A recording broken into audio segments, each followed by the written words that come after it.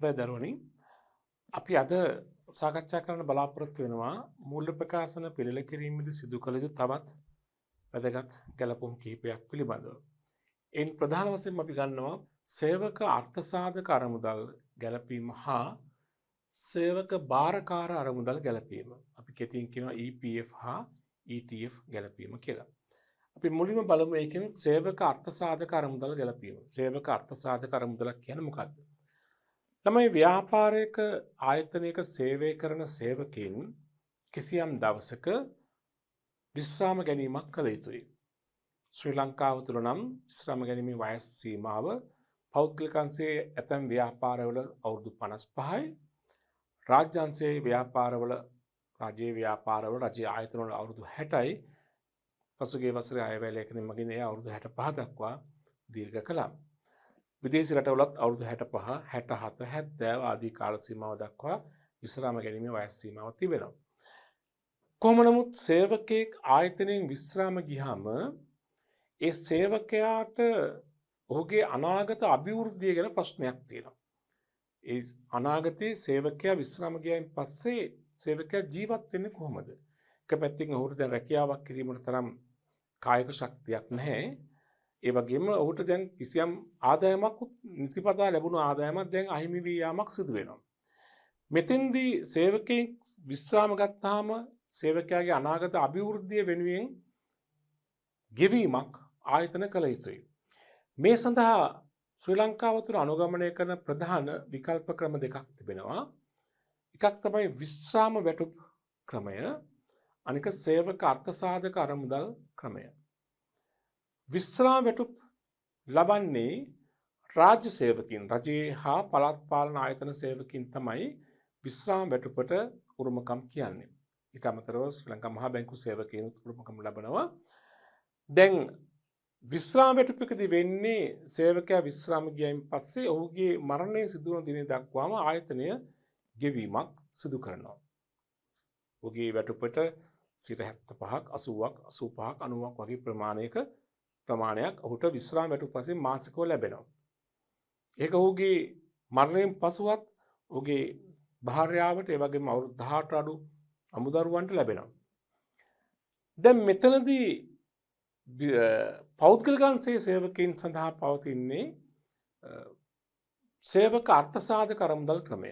පෞද්ගලිකංශයේ සේවකයන් වගේම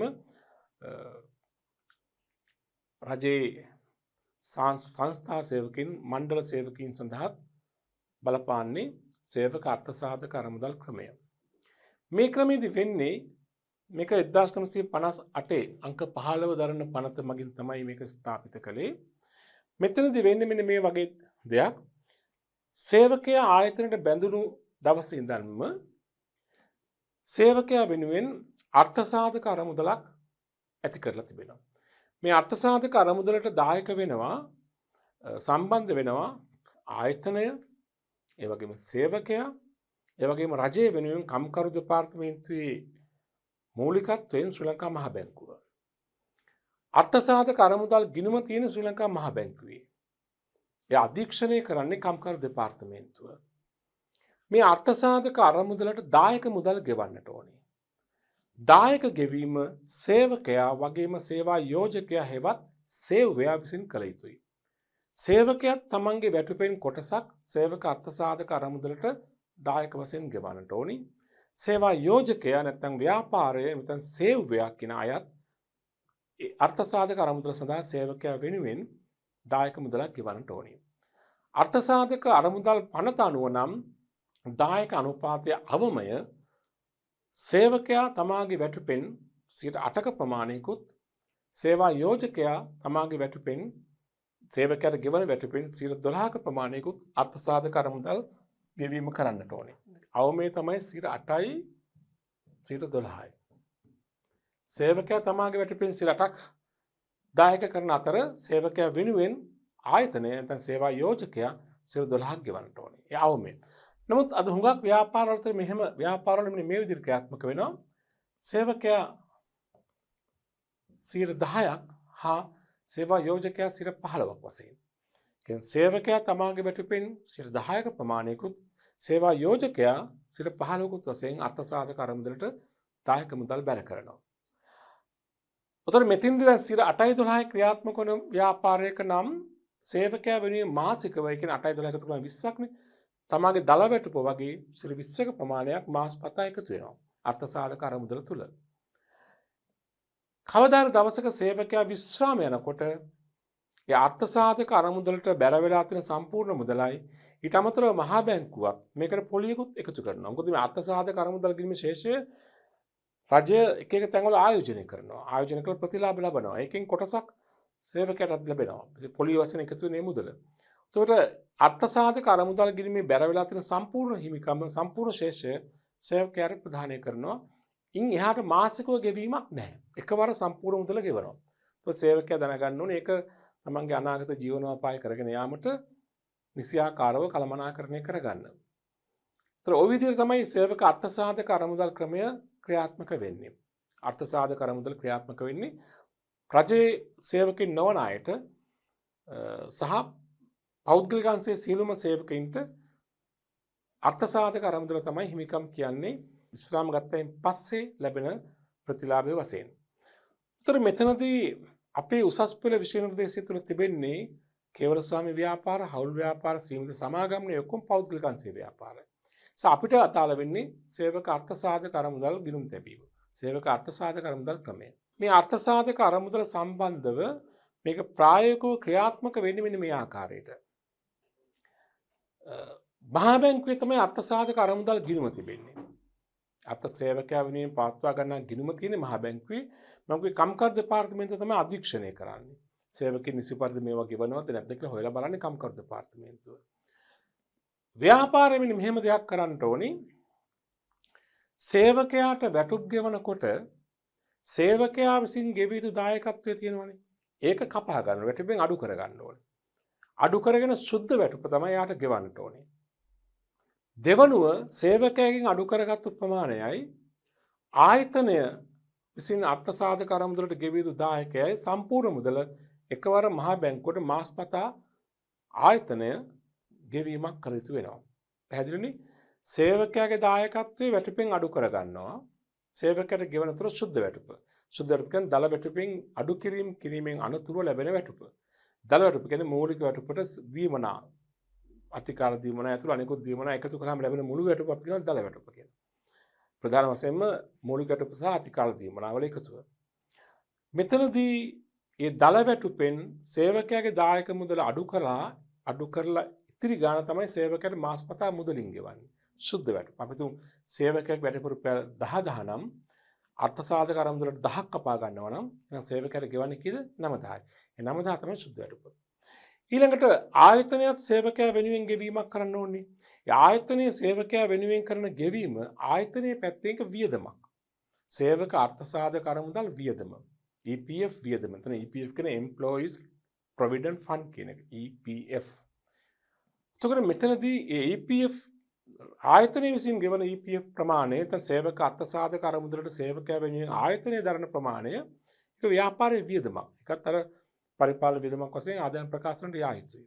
දැන් මේක ක්‍රියාත්මක වීමදී මම කලින් සඳහන් කළේ සේවකයෙක්ගේ ගාණ කපාගෙන ගෙවනවා අඩු කරලා ගෙවනවා යාර සුද්ධ වැටුප සේවකයන් කපාගත්තු ප්‍රමාණයයි ආයතනයේ ගෙවන ප්‍රමාණය දෙකම එකතු කරලා ආයතනයේ මහ බැංකුවට යැවීමක් කරන්න ඕනේ. පැහැදිලි නේද? හොඳයි. දැන් මේ තියෙන්නේ ඒ සම්බන්ධ විස්තර තමයි මේ දක්වලා තියෙන්නේ.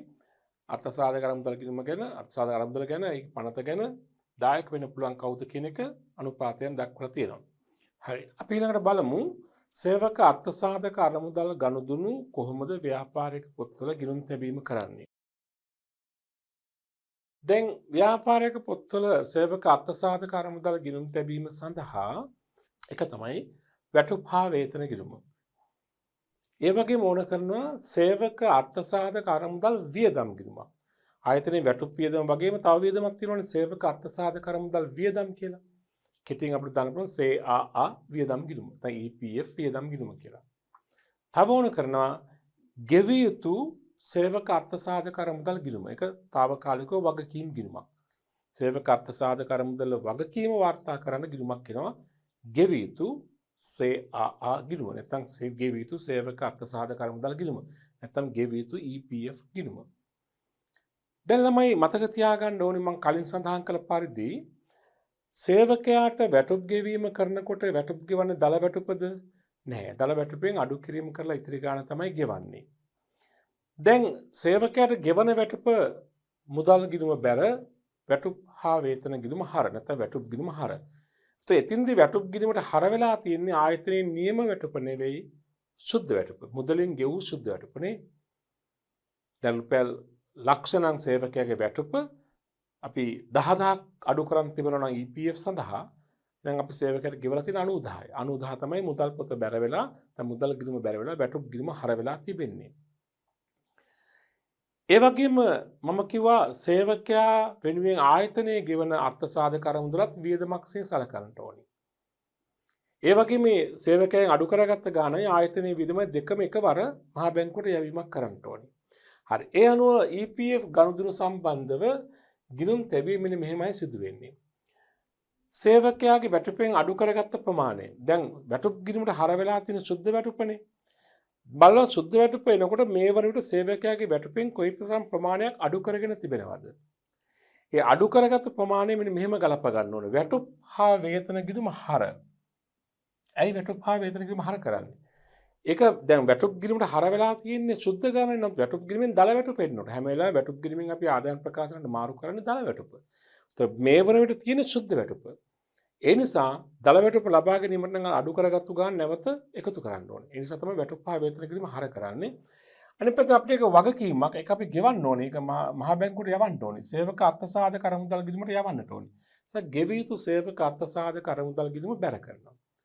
ඔය අපි කලේ මොකද්ද? සේවකයාගේ වැටුපෙන් දැනටමත් ආයතනයේ අඩු කරගෙන තිබෙන ප්‍රමාණය. ඒක නැවත වැටුප් ගිණුම හර කරනවා. දල වැටුප ලබා ගැනීම සඳහා ඒක අපිට වගකීමක්. ගෙවිය යුතු සේවක අර්ථසාධක අරමුදල් ගිණුම බැර. ඊළඟට ගලප ගන්න ඕනේ ආය සේවයාගින් ආයතනයේ අර්ථසාධක අරමුදල් දායකය. ඒ වනහයි දල වැටුපට 100 ආයතන දායකත්වයක 12ක් නැත්නම් 15ක්. ඒ ප්‍රමාණය ගණන් බලලා ඒක ආයතනයේ වියදමක්. සේවක අර්ථසාධක අරමුදල් කියන වියදම් ගිණුම හර. සේවක අර්ථසාධක අරමුදල් වියදම් ගිණුම හර. ඒකත් අපි ගෙවන්න ඕනේ මහා බැංකුවට නේද? සේවක අර්ථසාධක අරමුදලට යවන්නට ඕනේ. නිසා ඒකත් ගෙවිය යුතු අර්ථසාධක සේවක අර්ථසාධක අරමුදල් ගිණුම බැර කරනවා. ගෙවිය යුතු අර්ථසාධක අරමුදල් ගිණුම බැර කරනවා. තේරුණානේ? ඒතර මේ වරට ගෙවිය යුතු අර්ථසාධක අරමුදල් ගිණුමට බැර වෙලා තියෙනවා සේවකයාගේ දායකයයි ආයතන දායකයයි දෙකම. ඊළඟට තුන්වෙනි පියවර තමයි මේ බැර වෙච්ච මුළු ගාණ මහා බැංකුවට යවන එක. සේවක අර්ථසාධක අරමුදලට ගෙවන එක. ගෙවුවාම මුදල් ගිණුම බැර නැත්නම් බැංකු ගිණුම බැර වෙනවා. ගෙවිය යුතු අර්ථසාධක අරමුදල් ගිණුම හර වෙනවා. බැංකු ගිණුම බැර වෙනවා. නැත්නම් මුදල් ගිණුම බැර වෙනවා නේද? යම් විදිහකින් මේ තුන්වෙනි පියවර තාම වෙලා නැත්නම් ඒ කියන්නේ මුදල් ගෙවීම තාම වෙලා නැත්නම් අර ගෙවිය යුතු අර්ථසාධක අරමුදල් ගෙවීමේ බැරශේෂයක් තියෙනවා. ඒක මූල තත්ත්ව ප්‍රකාශනයේ ජංග වගකීමක් ලෙස පෙන්වුම් කරන්න ඕනේ. දැන් මේ ගිණුම් වල ප්‍රතිඵල අවසානයේ මෙහෙමයි මාරු වෙන්නේ. මේ සේවකයන් කපාගත්තු ගාන වැටුප් ගිණුමට හර කළාම වැටුප් ගිණුමෙන් දල වැටුප එනවා. ඒක ආදායම් ප්‍රකාශනයට මාරු කරන්නට ඕනේ.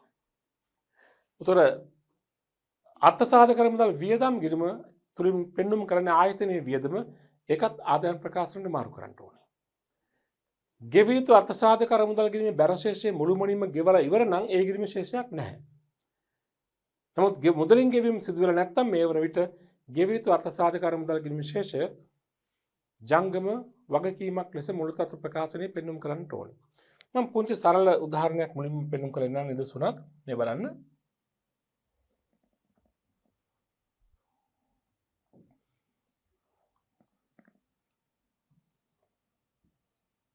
මෙන්න අපි හිතමු ඔකට සම්බන්ධ ගිණුම් තුන. අපි පස්සේ අභ්‍යාස කරමු. වැටුප් ගිණුම සේවක අර්ථසාධක අරමුදල් වියදම් ගිණුම. අපිට කෙටියෙන් කියන්න පුළුවන් මෙහෙම EPF වියදම් ගිණුම.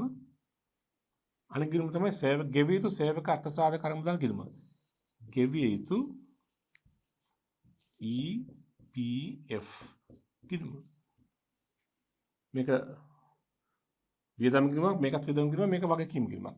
අපි තුමු මෙහෙම ආයතනයේ දල වැටුප රුපියල් ලක්ෂයයි. EPF වෙනවා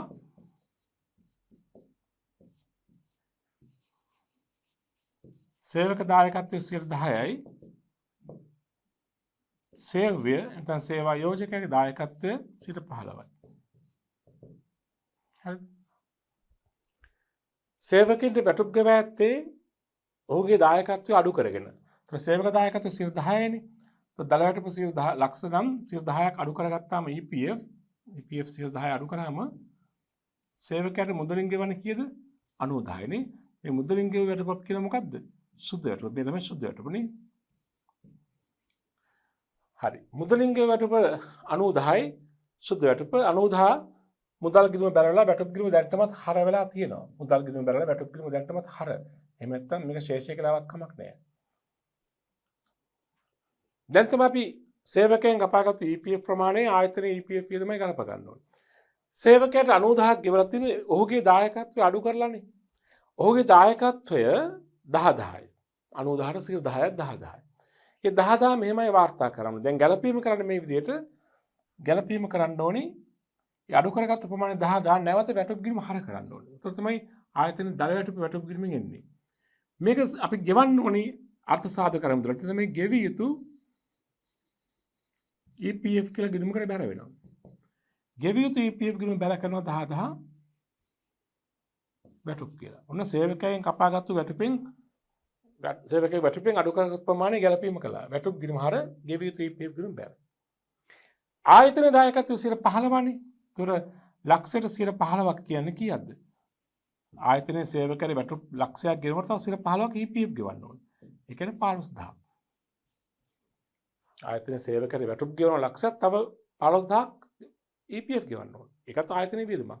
ආයතනයේ දායකත්වයේ 15000 මෙහෙමයි වාර්තා කරන්නේ. ඒක ආයතනයේ වියදමක්. EPF වියදම් ගිණුම හර. ඒකත් තාම ගෙවලා නැති නිසා ගෙවිය යුතු EPF ගිණුම බැර වෙනවා. දැන් ගෙවිය යුතු අර්ථ සාධක කරමුදල් ගිණුම බැර වෙනවා 15000. මේ තමයි EPF වියදම්. හරිනේ. දැන් උතර ගෙවිය යුතු EPF ගිණුමේ තියෙනවා මහ බැංකුවට යැවිය යුතු සම්පූර්ණ වගකීම කීයද? 10000 15000 සේවකයන් කපාගත් 10000 අපේ 15000 25000. 25000 මුදලින් ගෙවලා නම් මුදල් පොත බැර ගෙවිය යුතු EPF ගිණුම හර. මේ ගෙවලා නැත්තම් මේක මූලතත්ත්ව ප්‍රකාශන ජංග වගකීමක්. EPF වියදම් ගිණුම මෙතනින් ආදායම් ප්‍රකාශනට මාරු කරනවා. වැටුප් ගිණුම දැන් එන දල ගාන මේ 90000 කීයද? ලක්ෂයයි. ඒක ආදායම් ප්‍රකාශනට මාරු වෙනවා. ඒතර විශේෂයෙන් දැනගන්න ඕනේ සේවක වැටුපෙන් අඩු කරගත්තු EPF ගැලපීම කරන ආකාරයයි ආයතනයේ EPF දායකයේ වාර්තා කරන ආකාරයයි. ඒක තමයි තියෙන පුංචි දෙයක් තියෙන්නේ. හරි අපිට ඉස්සරහට තව අභ්‍යාස කරමු.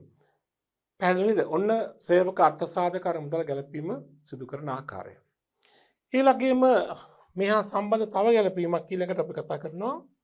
ඒ තමයි දැන් මේ අර ඉස්සර කිව්ව දේ ගිණුම් වස්තර අවසාන සේවක අර්ථ සාධක මුදල් ගිණුම කොහරද යන්නේ? ආදායම් ප්‍රකාශනයේට ගෙවිය යුතු අර්ථ සාධක මුදල් ගිණුම කොහරද යන්නේ? ජංගම වගකීම් වශයෙන් මුදලින් ගෙවලා නැත්තම්. හරිනේ? right. ඊළඟ ගැලපීම තමයි ළමයි සේවා නියුක්තියන්ගේ භාරකාර අරමුදල ETF Employees Trust Fund කියන එක ETF. මේක 1980 අංක 46 දරන පනතින් ඇතිවෙච්ච පනතක්. මේකෙදි වෙන්නේ මෙහෙමයි මේ සේවකයින්ට දැන් අර්ථසාධක අරමුදල හිමිකම් කියන්නේ සේවකයා විශ්‍රාම ගියයින් පස්සේනේ. විශ්‍රාම ගියයින් අනතුරුව සේවකයාගේ අනාගත අභිවෘද්ධිය පවත්වාගෙන යාම සඳහා තමයි සේවක අර්ථසාධක අරමුදල් ගිණීමෙන් දායකත්වයක් සහනයක් ලබා දෙන්නේ. සේවා නියුක්තියන්ගේ භාරකාර අරමුදල කියලා කියන්නේ මේකට හිමිකම් ලබන්නේ සේවකයා. මේකට දායක මුදල් ගෙවන්නේ සේවා යෝජකයා පමණයි. දල වැටුපට 3%ක් ගෙවන්න ඕනි. මේකේ පරමාර්ථය සේවකයා ආයතනෙන් ඉවත් වෙනකොට සමහර විශ්‍රාම ගන්නාදී මේ කාල සීමාවට පෙර වුණත් කමක් නැහැ. ඉවත් වෙනකොට තවර කියාවක් සොයා ගන්න තෙක් ඒ අන්තර කාලය තුලදී සේවකයාට යැපීම සඳහා එක්තරා සහනයක් දීමනාවක් ලබා දීම තමයි මේ භාරකාර අරමුදල් කිරීමේ පරමාර්ථය. අපි තුමු සේවකයාගේ වයස අවුරුදු 40යි. එයා ඒ කින සමාගමේ වැඩ කළා. ඉතින් එයා ඉවත් කරනවා. නැත්නම් එයා අස් වෙනවා. අලුත් රස්සාව හොයාගන්න මාස 3ක් ගත වෙනවා. ඒ කාල සීමාව තුළ එයාට ජීවත් වෙන ආකාරයක් නෑනේ.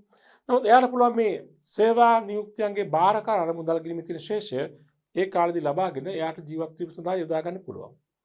සේවා නියුක්තියන්ගේ බාරකාර අරමුදල සඳහා අරමුදල් ලබා ගන්න සේවකයා විශ්‍රාම වෙන වයස් සීමාව වෙනකම් ඉන්න අවශ්‍ය නැහැ. එයාට පුළුවනි Tamanට කැමති වෙලාවක ඒ ETF ගිණීමේ ශේෂය ඉවත් කරගන්න.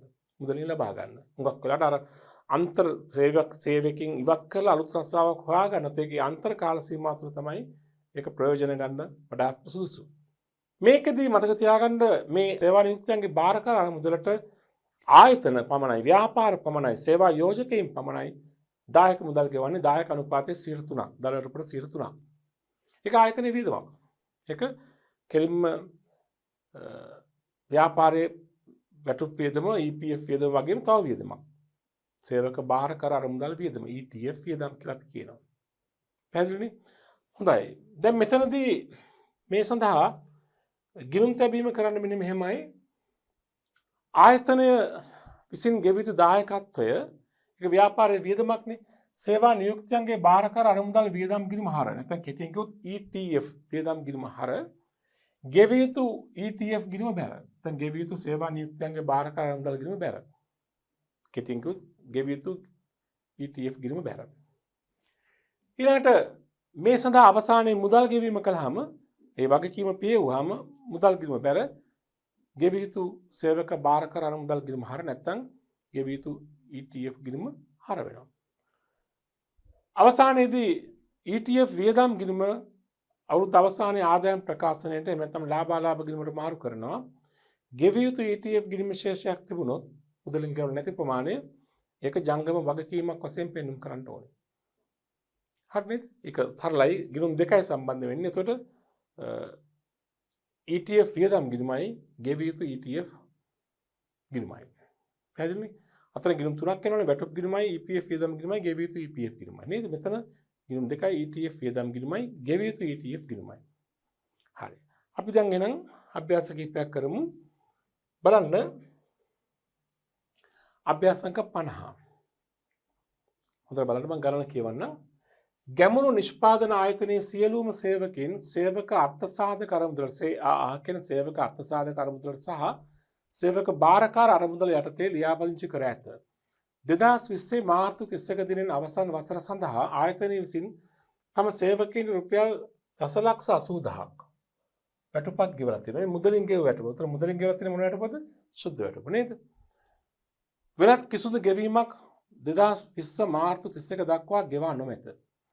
සේවක අර්ථසාධක අරමුදල් දායකය සේවක දායකය 10%, සේවා යෝජකය 15%. 10 15යි EPF දායකය, සේවා නියුක්තියන්ගේ බාරකාර අරමුදල් දායකය 3%යි.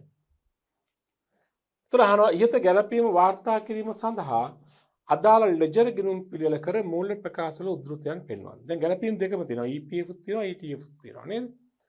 ඉස්සරහම ලෙජර් ගිණුම් අපෙන් අහනවා. හොඳයි විවෘත කරන ලෙජර් ගිණුම්. ලෙජර් ගිණුම් වශයෙන් එනවා මෙන්න මේ ගිණුම්. එකක් තමයි වැටුප් හා වේතන ගිණුම. තව සේවක අර්ථසාධක අරමුදල් වියදම් ගිණුම. තමයි කැමති නම් EPF වියදම් ගිණුම කියලා කියන්නත් පුළුවන්. ඊළඟට ගෙවිය යුතු සේවක අර්ථසාධක අරමුදල් ගිණුම. නැත්නම් ගෙවිය යුතු EPF ගිණුම. ඊළඟට සේවක බාරකාර අරමුදල් වියදම් ගිණුම. පැහැදිලිනේ? ඊළඟට තව ගිණුමක් ගෙවිය යුතු සේවක බාරකාර අරමුදල් ගිණුම. හරිද? මෙතන සේවක බාරකාර අරමුදල් කියන්නේ ETF, right? හරිද? වැටුප් හා වේතන ගිණුම. මෙතන මේක මෙහෙමත් ලියන්න පුළුවන්. EPF වියදම් කියලා යන්නත් පුළුවන්. කෙටියෙන් මේ සිංහලෙන් හෝ ඉංග්‍රීසියෙන් ලියන්න පුළුවන්. EPF වියදම්, CA වියදම්.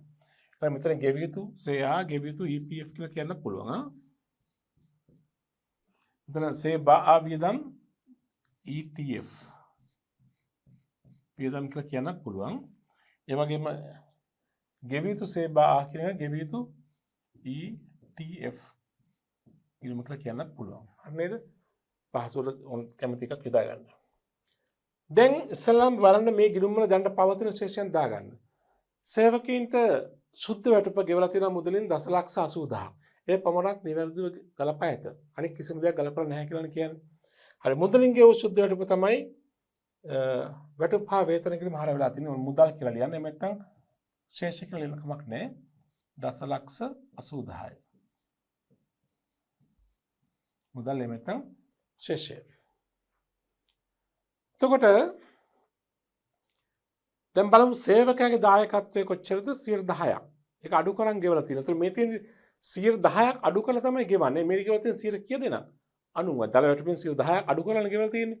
එහෙනම් මේ ගෙවපු ගාන සුද්ධ ගාන. දැන් අපි හොයාගමු ගණනය කරලා මෙන්න මේ දේවල් පෙර වැඩ කරලා බලමු. එක සේවක වැටුපෙන් අඩු කරගත්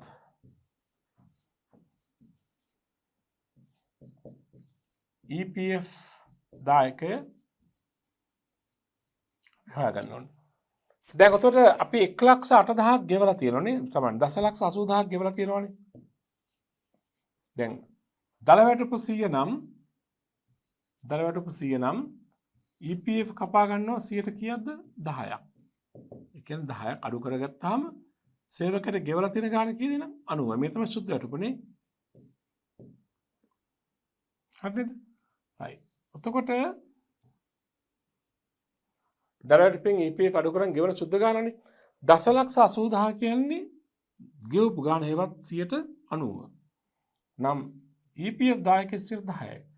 ප්‍රතිශත භාවිතයෙන් සංඛ්‍යාවන දන්නවනේ ඔයගොල්ලෝනේ දී තිබෙන සංඛ්‍යාව බෙදන්න ඊට සමාන වූ ප්‍රතිශතයෙන් වැඩි කරන අවශ්‍ය ප්‍රතිශතයෙන් 10,80,000 කියන 90 නම් 10 කියන්නේ කීයද? මේක සුළු කරලා බලන්න උත්තරේ. මේ බිඳුව ගියම 10,08,000 බෙදීම 9. හරිද? තමන්ට බලන් කැන්තර පාවිච්චි කරලා බලන්න පුළුවන්. 10,80,000 නේ. 10,80,000 බෙදීම 90 වැඩි කිරීම 10. කීයද? 1,20,000. සේවකයන් වැටුපෙන් අඩු කරන් තිබෙන සේවකයාගේ EPF දායකත්වය කීයද? 1,20,000. කියන්නේ මේගොල්ලෝ දැනට වැටුප් ගිණීමට හර කරලා තියෙනවානේ 10,80,000ක් නේද? මුදලින් ගෙව වැටුප් 10,80,000 කියලා කියනවානේ. ඔව්. ඒ වනහයි සුද්ධ වැටුප ඒක 10,80,000ක් ගෙවලා තියෙන සේවකයාගේ අඩු කරගන්න ඕනි දායකත්වයේ මුදල වශයෙන් 1,20,000ක් අඩු කරගෙන නේද? සේවක දායකයෙක් 1,20,000 ඉස්සරහට මොකද්ද? වැටුප් හා වේතන ගිණීම හර 1,20,000ක් ගෙවිය යුතු EPF ගිණුම බැරනේ. ගෙවිය යුතු EPF ගිණුම මේ තියෙන බැර කරනවා 1,20,000ක් වැටුප් කියලා. කියෙන්නේ වැටුප් කියලා. වැටුප් ගිණුම හර ගෙවිය යුතු EPF ගිණුම බැර වෙනවා. ඔන්න දැන් උතර වැටුප් ගිණීමේ තියෙන මොකද්ද? දල වැටුප. මේ තියෙන 10,80,000 1,20,000 එකතු කළාම කී දල වැටුප 12,00,000යි. හරි. දැන් ඊළඟට වාර්තා කරන්න ඕනි ආයතනයේ සේවක අරමුදල් දායකත්වය. ආයතනයේ 100 කීයක් දෙන්න ඕන? 15ක්. ඒ ගණන් බලන්නේ දල වැටුපට 15ක් නේ. ලියන ඉලක පෙරවඩ දැසම පෙන්නන්නම්.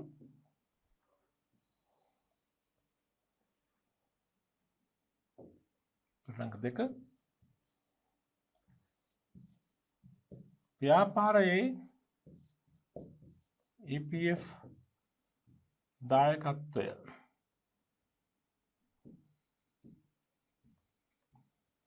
කොච්චරද? දල වැටුපට 15යි නේ. දල වැටුපට 15ක්. ව්‍යාපාරයේ 15ක් ගෙවන්න ඕන. ඒතර දල වැටුප සොයා ගන්නත් පුළුවන් නැත්නම් මෙතනින් මෙහෙම මේ විදිහට යන්නත් පුළුවන්. දැන් 10,80,000 කියන සුද්ධ වැටුප 90 නම් මෙතන උත්තරේ 15 වැඩි කළාම ආයතන දායකත්වය එනවා.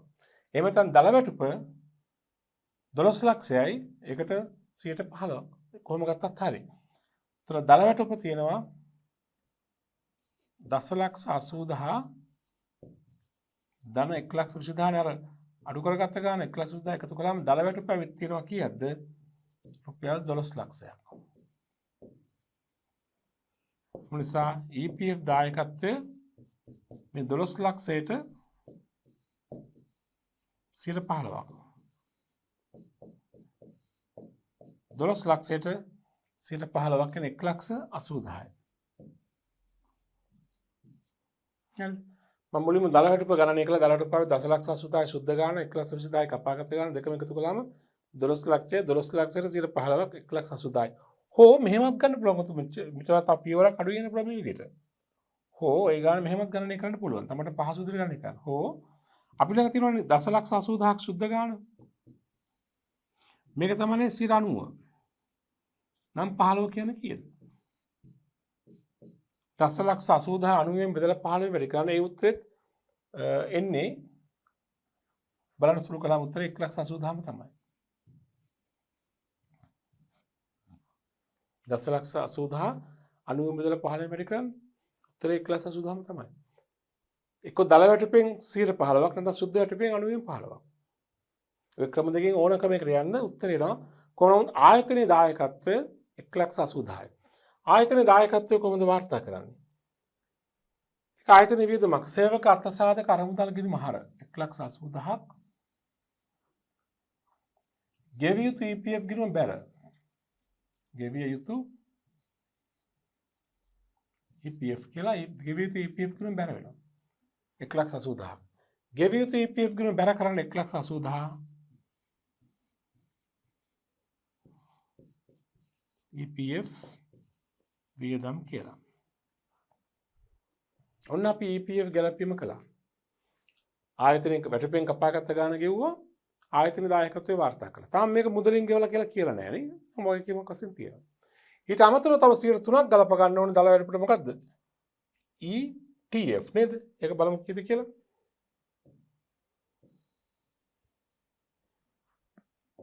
පෙරරංග 3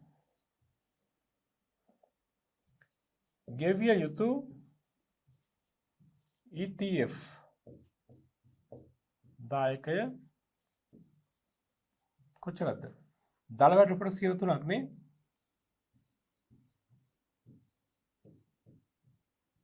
දල වැටුපට 3ක්. අපි දන්නවා මේ වෙනකොට දල වැටුප කීයද? 12,00,000යි නේ. දල වැටුප 12,00,000යි නේ. මේකට 3ක්. උත්තරේ කීයද? 36,000යි. ආයතනයේ සේවකයාට වැටුප් වලට අමතරව EPF වලට අමතරව තව 3ක් ගෙවන්න ඕනේ ETF සඳහා සේවා නියුක්තියන්ගේ බාරකාර අරමුදල සඳහා. එම 36,000 කොහොමද වාර්තා කරන්නේ? ETF වියදම් ගිණුම හර ගෙවිය යුතු ETF ගිණුම බැර. ETF වියදම් ගිණුම හර කරනවා 36,000 ගෙවිය යුතු ETF කියලා. එතන හර 36,000 ගෙවිය යුතු ETF කියලා ගෙවිය යුතු ETF ගිණුම බැර. ගෙවිය යුතු ETF ගිණුම බැර කරන්න ඕනේ 36,000 නේද? ETF වියදම් කියලා. ගෙවිය යුතු ETF ගිණුම බැර වෙනවා 36,000. ඔන්න ලැජ්ජා ගිණුම. ඊළඟට මේ ලැජ්ජා ගිණුම වල ප්‍රතිඵල මාරු කළ යුතුයි කොහටද? මූල්‍ය ප්‍රකාශ වලට. මූල්‍ය ප්‍රකාශ දෙකක් අපිට උද්දෘතයෙන් පෙන්වන්න පුළුවන්. එකක් තමයි ආදායම් ප්‍රකාශනයේ පරිපාලන වියදම්. අනික මූලතත්ත්ව ප්‍රකාශනයේ ජංගම වගකීම්. මේ ප්‍රකාශන දෙක තමයි ওই ගිණුම් වල ප්‍රතිඵල මාරු වෙන්නට ඕනේ. අපි බලමු එහෙමනම් එක් ගිණුම් මාරු කරමු. වැටුපා වේතන ගිණුම ආදායම් ප්‍රකාශන මාරු කරන්න. දැන් මේ තියෙන්නේ දල ගාන. දල වැටුප. 12 ලක්ෂයක් තියෙන හර එකතුව 12 ලක්ෂය බැර කළාම බලන්න වෙනස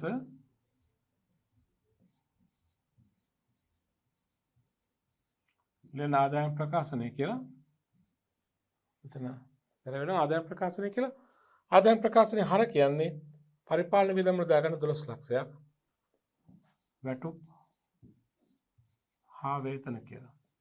දැන් මෙතෙන් දල වැටුප සම්පූර්ණ දල වැටුප. ආයතන සේවකින් කියන දල වැටුප. අනිවාර්යයෙන්ම ආදායම් ප්‍රකාශනයට වියදම වෙන්නේ දල ගන්න. ඊළඟට තියෙන ගිණුම් මාන එක මාරු කරන්න. EPF වියදම් ගිණුම මේකත් මාරු කරන්න ඕනේ ආදායම් ප්‍රකාශනයට. මේකත් ආයතනයේ වියදමක් නේ. 1,80,000යි 1,80,000යි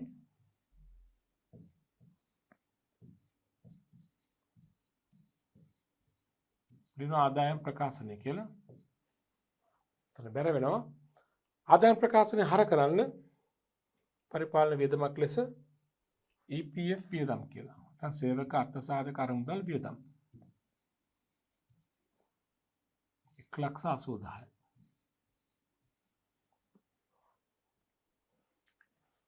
බලන්න ඊළඟට තියෙන ගිණුම මොකක්ද කියලා? ගෙවිය යුතු EPF ගිණුම. මේක වගකීම් ගිණුමක්. මේක තුලනය කරලා ජංගම වගකීමක් වශයෙන් දාන්න ඕනේ. දැන් ලක්ෂ 3ක් තියෙනවා. කොහොමද ලක්ෂ 3ක් ආවේ? ආයතනයේ දායකත්වයයි ආයතනයේ සේවකයන් කපාගත්තු දායකයයි මේ දෙකම ගෙවන්න බෑ දැන් ආයතනයේ. මේ ලක්ෂ 3ම මුදලින් ගෙවනත් එක් වගකීමක්.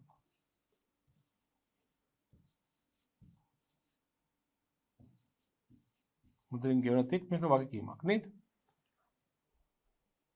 ජංගම වගකීම් වල මූල තත්ත්ව ප්‍රකාශන ඉදිරිපත් කරන්න ලක්ෂ 3ක් ගෙවිය යුතු EPF කියලා. ගෙවිය යුතු EPF ලක්ෂ 3ක් තියෙනවා.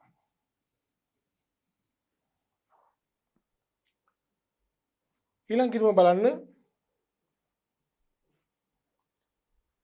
EPF වියදම් ගිණුම. මේකත් ආදායම් ප්‍රකාශනයට යා යුතු වියදමක්. ETF වියදම් ගිණුම සේවක බාරකාර මුදල් වියදම නේද? ආදායම් ප්‍රකාශන වියදමක්. 36,10 මාරු කරන්න ආදායම් ප්‍රකාශනයට ලාභ ගිණුමට 36,10 ආදායම් ප්‍රකාශනයේ පරිපාලන වියදමක්. පරිපාලන වියදම් වල දාගන්න ඕනේ ETF වියදම. ETF වියදම් 36,10 මේ ඔක්කොම වියදම් ආයතනයේ. අවසාන ගිණුම වශයෙන් ඔබ දකිනවා ගෙවිය යුතු ETF ගිණුම. මේකත් තාම සල්ලි වලින් ගෙවලා නැහැ. වගකීමක්. ඒ නිසා ජංගම වගකීම් වල දාන්නට ඕනේ. එනම් තුලනය කරලා ශේෂය ගන්න පහළට ඉහළට. පහළට ගෙන ශේෂය 36,10යි. ඉහළට ගෙන ශේෂයත් 36,10යි. තා මුදලින් ගෙවල නැති ETF ප්‍රමාණය ජංගම වගකීමක් ලෙස පෙන්වන්නට ඕනේ. 36,10 ගෙවිය යුතු ETF සේවක බාරකාර මුදල් 36,10. පැහැදිලි නේද? ඔන්න ඔය විදිහට තමයි ඔය අභ්‍යාසයට පිළිතුර සපයන්නට ඕනේ. හොඳයි අපි යමු තව අභ්‍යාසයක් උසදන්න. ප්‍රශ්නක 51 පැතුම් පෙරේරා විසින් තනි ව්‍යාපාරයක් ලෙස පවත්වාගෙන යනු ලබන පැතුම් එන්ටර්ප්‍රයිසස්හි ඔබට 2020 මාර්තු 31 දිනයෙන් අවසන් වසර සඳහා ශේෂ පිරික්සීමේ උපුටාගත් තොරතුරු ඔබට දෙනවා මේ විදිහට. වැටුපා වේතන සුද්දාගේ 1,35,000යි මුදලින් ගෙව් සේවක අර්ථසාධක අරමුදල් තියෙනවා 37,500ක්. මුදලින් ගෙව් සේවක බාරකාර අරමුදල් තියෙනවා ETF 4,500ක්. අතිරේක තොරතුරු සේවක අර්ථසාධක අරමුදලට සේවකයාගේ දායකත්වය 10%යි, සේවය 15%යි. ඒ වගේම සේවා නියුක්තයන්ගේ බාරකාර අරමුදලට 3%ක් ආයතනය ගෙවන්නත් ඕනේ. අවශ්‍ය වන්නේ 2020 මාර්තු 31 දිනයෙන් අවසන් වර්ෂයේ මූල්‍ය වාර්තාවල පෙන්විය යුතු අගයන් සෙවීම සඳහා පොදු ලෙජරේ මෙන්න මේ ගිණුම්. මොනවද? වැටුප්පා වේතන ගිණුම, සේවක අර්ථසාධක අරමුදල් වියදම් ගිණුම, ගෙවිය යුතු සේවක අර්ථසාධක අරමුදල් ගිණුම, සේවක බාරකාර අරමුදල් වියදම් ගිණුම සහ ගෙවිය යුතු සේවක බාරකාර අරමුදල් ගිණුම. මෙම ගිණුම් පමණයි අපෙන් අහලා තියෙන්නේ. මූල ප්‍රකාශ උද්දෘතයන් අහලා නැහැ. එහෙනම් අපි ඉස්සලාම කරන්න ඕනේ මෙන්න මේ ගිණුම් ටික විවෘත කරගන්න මුලින්ම. වැටුප්පා වේතන ගිණුම, EPF වියදම් ගිණුම, මම කෙටියෙන් දැම්ම EPF කියලා. ගෙවිය යුතු EPF ගිණුම, ETF වියදම් ගිණුම සහ ගෙවිය යුතු ETF ගිණුම. ගෙවිය යුතු ETF ගිණුම. ඔන්න අවශ්‍ය කරන ගිණුම් ටික අපි විවෘත කළා. දැන් අපි ශේෂ පිරික්සීමේ තියෙන සංඛ්‍යා මේ ගිණුම් වලට මුලින්ම ඇතුළත් කරගමු. වැටුපා වේතන ගිණුමේ තියෙන 1,35,000ක් මේ මොකද්ද? මුදලින් ගෙවූ සුද්ධ වැටුප නේද? මුදල් ගිණුම බැර වෙලා වැටුප් ගිණුම හර වෙච්ච ගාන තමයි ඔය තියෙන්නේ. එක්ක මුදල් කියලා ලියන්න නැත්නම් ශේෂය කියලා ලියන්න. මුදලින් ගෙවපු ගාන මුදල් නැත්නම් ශේෂය ඕන එකක් 1,35,000ක් ගෙවලා තියෙනවා. ඊළඟට තවදුරටත් කියනවා මුදලින් ගෙවූ සේවක අර්ථසාධක අරමුදල් තියෙනවා 37,500ක්. අර්ථසාධක අරමුදලට මුදලින් ගෙවපු ගාන මුදල් ගිණුම බැර ගෙවිය යුතු අර්ථසාධක අරමුදල් ගිණුම හරනේ ගෙවිය යුතු EPF ගිණුම හර වෙනවා. ගෙවිය යුතු EPF ගිණුම හර වෙනවා මුදල් කියලා 37,500ක් මුදලින් ගෙවලා තියෙන ගාන. මුදලින් ගෙවූ සේවක භාරකාර අරමුදල් තියෙනවා 4,500ක්. ඒක මොකද වෙන්න ඕනේ? මුදල් ගිණුම බැර වෙලා ගෙවිය යුතු ETF ගිණුම ගෙවිය යුතු සේවක භාරකාර අරමුදල් ගිණුම හර මුදල් කියලා 4,500ක්. නේද? හරි. දැන් අපි කරන්න ඕනේ මොනවද? මුලින්ම කරන්න ඕනේ සේවකයාට වැටුප් ගෙවලා තියෙන අඩු කරන්නේ දායකය. EPF කපාගෙන ගෙවලා තියෙන. සේවකයා වැටුපෙන් අඩු කරගත්තු දායකය හඳුනාගෙන වාර්තා කරන්න. ආයතනයේ EPF වියදම හඳුනාගෙන වාර්තා කරන්න. ආයතනයේ ETF වියදම හඳුනාගෙන වාර්තා කරන්න. එච්චරයි කරන්න තියෙන්නේ. පෙර වැඩවල අපි ඉලක්කම් තුනම හොයාගමු. 1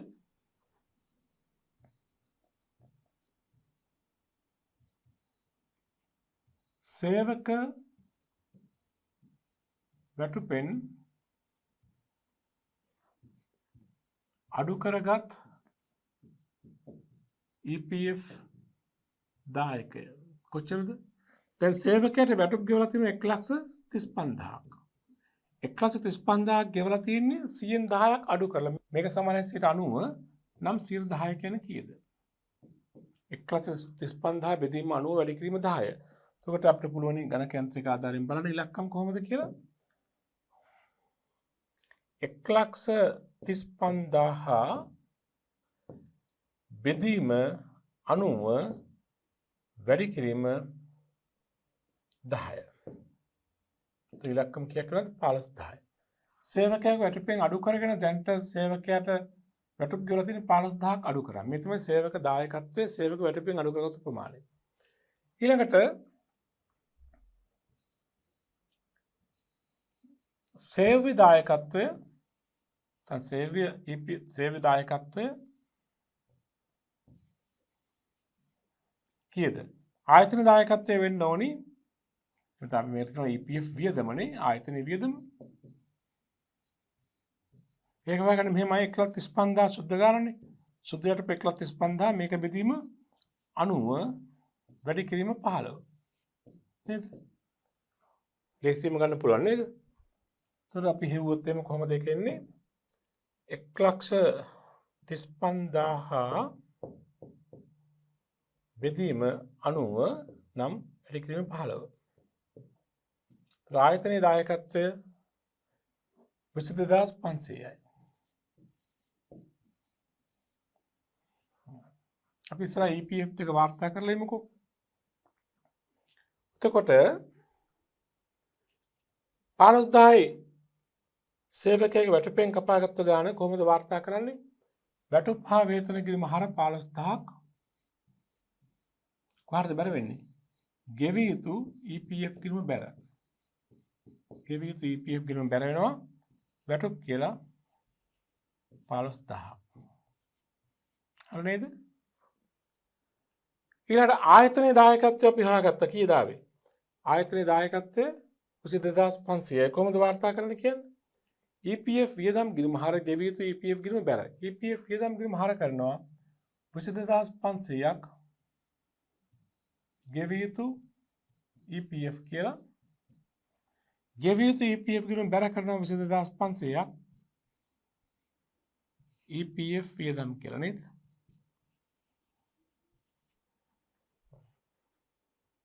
දැන් උතර මුළු ගාන 37,500ක් තියෙන්න ඕනේ. 37,500ම ගෙවලා මේ. උතර ආයතනය EPF සමයතා මුදල් හිඟ නැහැ. සේවකයන් කපාගත්ත ගාන 15,000 ආයතනයේ විදිහම 22,500 37,500ම සල්ලි වලින් ගෙවලා මිති. හිඟ නැහැ. මේ ගිණුමේ ශේෂයක් නැහැ. ජංග වගකීම් වලට පෙන්වන්න අගයක් නැහැ නේද? උතර වැටුප් හා වේතන කිරීමේ තියෙනවා දල වැටුප මේ තියෙන්නේ. දැන් ඔයගොල්ලෝ මේක ආදායම් ප්‍රකාශනට මාරු කරලා පෙන්නන දල ගාන හොයාගන්න පුළුවන් අපිට. දල වැටුප 1,50,000ක් නේ. මේ තමයි දල වැටුප. මේක තමයි මෙතනින් මාරු වෙන්නේ කොහරද? ආදායම් ප්‍රකාශනයට. 1,50,000යි ආයතනයේ දල වැටුපනේ.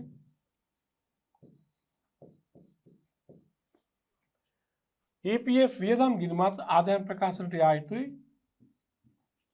22,500. මේක ආදායම් ප්‍රකාශනයට වියදමක් ලෙස යා යුතුයි. අපේ ආදායම් ප්‍රකාශනය අහලා නැහැ නේද? ගෙවිය යුතු EPF ගිණුමේ ශේෂයක් නැහැ.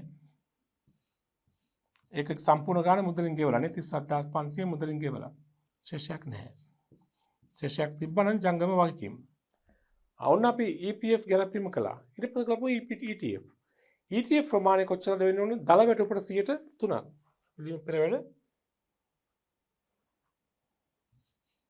3 ගෙවිය යුතු ETF දල වැටුපට 3%යි. කීයද දල වැටුප? අපේ මේ වැටුප ගිණුමින් ගන්න පුළුවන්. මෙතන දල වැටුප 1,50,000යි. නෑ 1,50,000ට 3%. 1,50,000ට 3%. උත්තරේ කීයද? 4,500යි. ආයතන ETF වියදම් ගෙවන්න 4,500. කොහොමද වාර්තා කරන්නේ 4,500? ETF වියදම් ගිණුම හර ගෙවිය යුතු ETF ගිණුම බැලනේ. ETF වියදම් ගිණුම හර 4,500ක්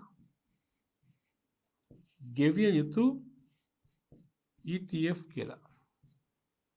හර 4,500ක් ගෙවිය යුතු ETF ගිණුම බැර ETF වියදම් කියලා. ETF වියදම් කියලා 4,500ක්. දැනටමත් ඒ ගිණුම හර වෙලා තියෙන 4,500ක් මුදල් කියලා. ඒ කියන්නේ ETF ගානත් සල්ලි වලින් ගෙවලා ඉවරයි. මුදලින් ගෙවපු ගාන මුදල් ගිණුම බැරලා ගෙවිය යුතු ETF ගිණුම හර වෙලා තියෙනවා. ඒතර මේ ගිණුමේ තව ශේෂයක් නැහැ. ඒ කියන්නේ ජංගම වගකීමක් වශයෙන් පෙන්වන ශේෂයක් නැහැ.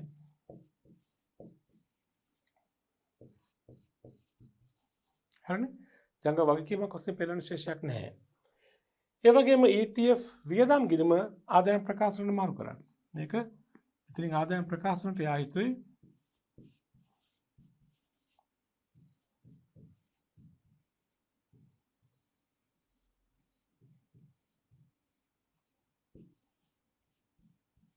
ආදායම් ප්‍රකාශනය කියලා.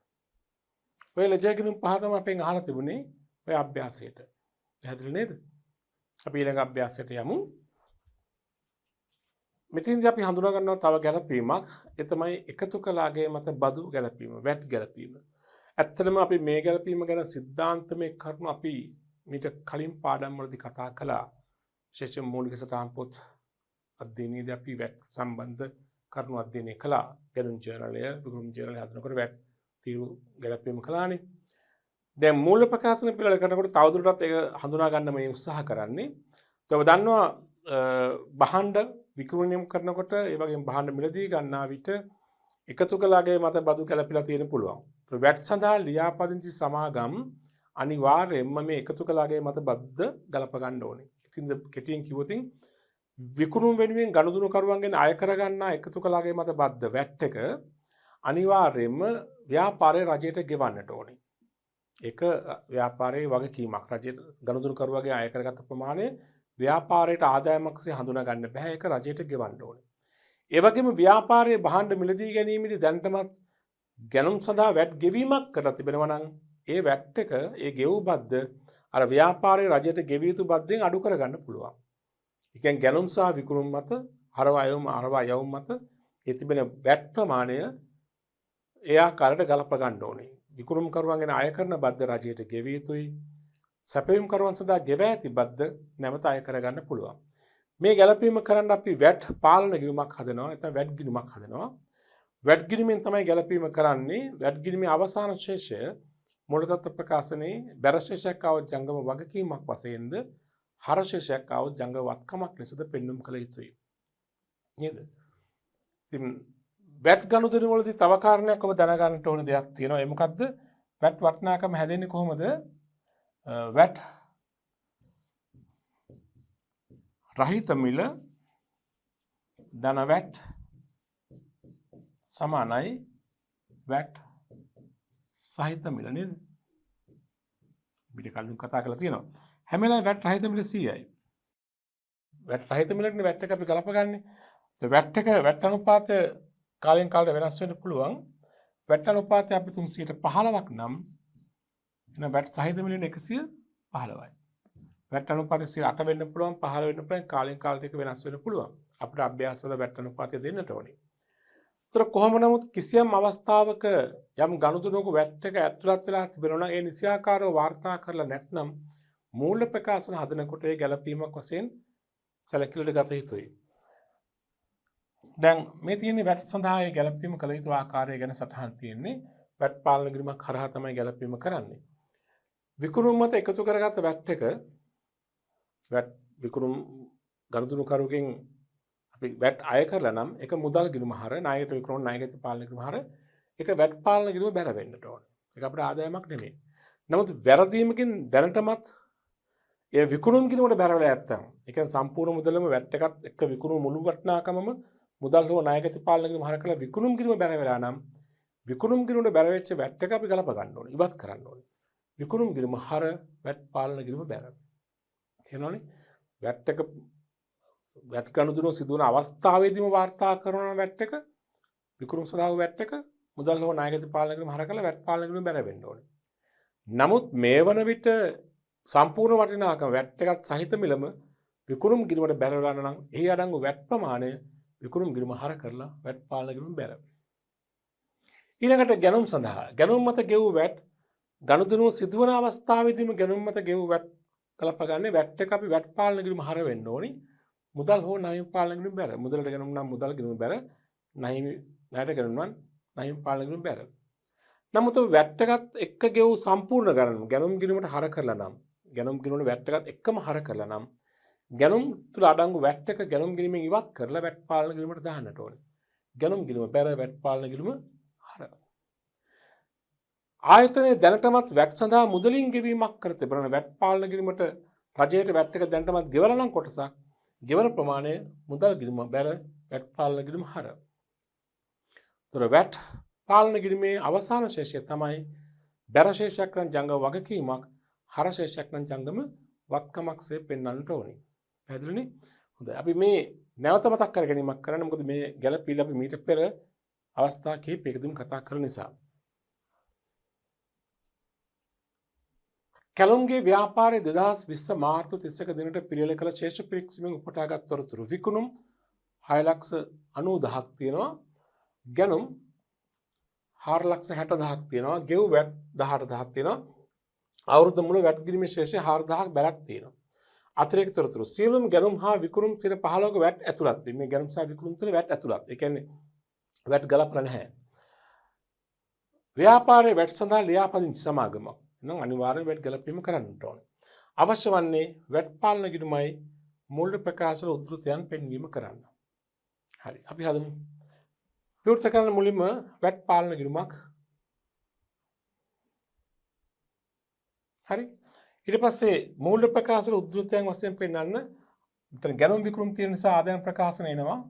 ගැනුම් විකුණුම් දාන්න ගැනුම් විකුණුම් මුලින්ම එනවා. ගැනුම් මෙන්න විකුණුම් පුර යටතේ මූල තත්ත්ව ප්‍රකාශනයේ ජංග වත්කම් ජංග වයිකම් දෙකම පෙන්වන්න. මොකද අපි දන්නේ නැහැ දැනට වැට් පාලන ගිණුමේ ශේෂය හරද බැරද කියලා. හරනම් ජංග වත්කම බැරනම් ජංගම වගකීමක්. පැහැදිලිද? හොඳයි. දැන් මේ ගානේ කියන විදිහට වැට් අනුපාතය 15යි. එතකොට ඒ කියන්නේ වැට් රහිත මිල 100 නම් වැට් එක 15යි. වැට් සහිත මිල 100 කීයද? 15යි. එතකොට මේ ගැනුම් සහ විකුණුම් ඇතුළත් වෙලා තියෙන වැට් සහිතව නේද? වැට් පාලන කිරීමේ තියෙන දැනටමත් ශේෂයක් 4000ක්. අපි ඉස්සලා මේක මුලින්ම දාගනිමු. ආරම්භක ශේෂය 4000යි බැර නේද? වැට් පාලන කිරීම බැර කරනවා ශේෂය කියලා 4000ක්. ඒ වගේ මුදලින් ගෙව වැට් එකකුත් තියෙනවානේ. මුදලින් ගෙව වැට් එකක් තියෙනවා 18000ක්. ඒක මුදල කිරීම බැර වැට් පාලන කිරීම හරනේ. වැට් පාලන කිරීම හරනවා මුදලින් ගෙවපු ගාන 18000ක්. ඔන්න වැට් පාලන කිරීම දැනට තිබෙන ඉලක්කම් දෙක හර බැර කළා. ආරම්භක ශේෂය බැර ගෙව් ප්‍රමාණය මුදල් කිරීම බැර වැට් පාලන කිරීම හර. අපිට දැන් කරන්න තියෙන කාරණේ මෙච්චරයි. විකුණුම් කියලා තියෙන ඉලක්කමක් 6,90,000ක් මේ තුල වැට් එකක් තියෙනවා 15ක්. ඒතර විකුණුම් කිරීමට වැට් එක බැර වෙලා. බැර වෙන්න බෑනේ. ඒ තුල අඩංගු වැට් එක ගලපලා ඉවත් කරන්න ඕනි. ගැනුම් කිරීමට හර වෙලා තියෙන වැට් එකත් එක්ක ඒ තුල අඩංගු වැට් එක ගලප ගන්න ඕනේ නේද? අපි ලිව්වොතින්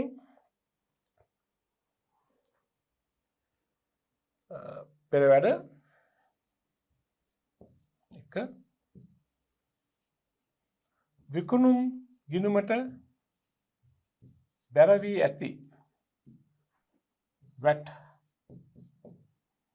අගය කොච්චරද? දැන් විකුණුම් ගිණුමේ තියෙනවා සම්පූර්ණ වටිනාකම කීයක්ද? 6,90,000ක්. වැට් අනුපාතය 15යි නේ. කියන්නේ 100 නම් වැට් රහිත මිල 15යි වැට් එක වැට් සහිත මිල 115යි නේ. එහෙනම් විකුණුම් කිරීමට බැර වෙච්ච වැට් ප්‍රමාණය හොයාගන්නේ කොහමද? 6,90,000 බෙදන්න 115න්. ඇයි මේ තියෙන වැට් සහිත මිලනේ. නම් වැඩි කිරීම 15. 6,90,000 බෙදීම 115 වැඩි කිරීම 15. ඒතර මේක අපිට පුළුවන් සුළු කරලා ගන්න උත්තරේ. ගණන් යන්ත්‍රික ආදායම් බලන්නකෝ. 6,90,000 බෙදීම 115 වැඩි කිරීම 15. උත්තරය 90,000. විකුණුම් තුල අඩංගු වැට් එක තියෙනවා කීයක්ද? 90,000. දැන් මේ 90,000 මොකද කරන්න ඕනේ? විකුණුම් ගිණුමෙන් ඉවත් කරන්න. විකුණුම් ගිණුම හර වැට් පාලන ගිණුම බැර. වැට් පාලන ගිණුම බැර කරන්න විකුණුම් කියලා 90,000ක්. වැට් පාලන ගිණුම බැර 90,000යි. ඒක විකුණුම් ගිණුම හර. විකුණුම් ගිණුම හර වෙනවා. කියන්නේ මේ විකුණුම් වලින් 90,000ක් අඩු වෙනවා. විකුණුම් ගිණුම හර කියන්නේ විකුණුම් වලින් 90,000ක් අඩු වෙනවා. ඒතර අඩු වුණාම 6,90,000ක් විකුණුම් තියෙනවා 90,000ක් වැට් වුණාම අයින් කළාම දැන් විකුණුම් වටිනාකම කීයද නම්? 6,00,000. ඒක තමයි ආදායම් ප්‍රකාශනයේ විකුණුම් කියලා දාන්නට ඕනේ. අපි ඒ ගාම මේකක් දාගමු. ආදායම් ප්‍රකාශනයේ විකුණුම් කියලා දාන්න ඕනේ. දැන් කීයද? ලක්ෂ 6යි. 6,90,000 තිබ්බට 90,000ක් වැට් එකනේ. වැට් එක අපි රජයට ගෙවිය යුතුයි. අපි විකුණුම් කිරීම හර කරලා වැට් පාලන කිරීම බැර කළා. අපි ඒකෙන් වගකීමක් පෙන්නුම් කරන්නේ රජයට ගෙවිය යුතුයි. මොන විකුණුම් ගැලපීම කළා. ඊළඟට තියෙනවා ගැනුම් වලත් එහෙමයි. ගැනුම් තියෙන ඔක්කොම ශේෂ පිරික්සුමේ 4,60,000ක් වැට් එකත් එක්ක. නමුත් ගැනුම් සඳහා ගෙවු වැට් එක අපේ වියදමක් නෙමෙයි. ගෙවලා ඉවර නම් ගැනුම් කිරීම හර වෙලා නම් අපි ගැනුම් කිරීම බැර කරලා වැට් පාලන කිරීම හර කරනවා. අපි ඉස්සෙල්ලාම ඉලක්කම හොයාගමු. පෙරට අංක 2 ගැනුම් ගිණුමට හර වූ වැට් අගය මෙම හොයාගන්නේ. දැන් අතන තියෙනවා ගැනුම් ගිණුම ශේෂය තියෙනවා 4,60,000. එහෙනම් මේ 4,60,000 කියන්නේ 115 නේ. නම් 15 කියන කීයද? බලන්න ගණක යන්ත්‍රය ආධාරයෙන් 4,60,000 බෙදීම 115 වැඩි කිරීම 15. කීයද? 60,000යි.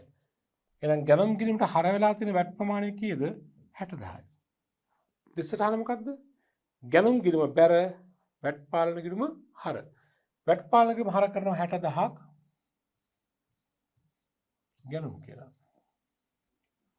වැට් පාලන ගිණුම හර ගැනුම් ගිණුම බැර. ගැනුම් ගිණුම බැර කරනවා කියන ළමයි ශේෂ පරීක්ෂණයේ තියෙන ගැනුම් වලින් 60,000ක් අඩු කරන්න. ශේෂ පරීක්ෂණයේ තියෙන ගැනුම් වලින් 60,000ක් අඩු කරන්න. 4,60,000න් 60,000ක් ගියාම දැන් එන ගැනුම් ඇත්තටම ගැනුම් වියදම කීයද නම්? ලක්ෂ 4යි. 4,00,000යි.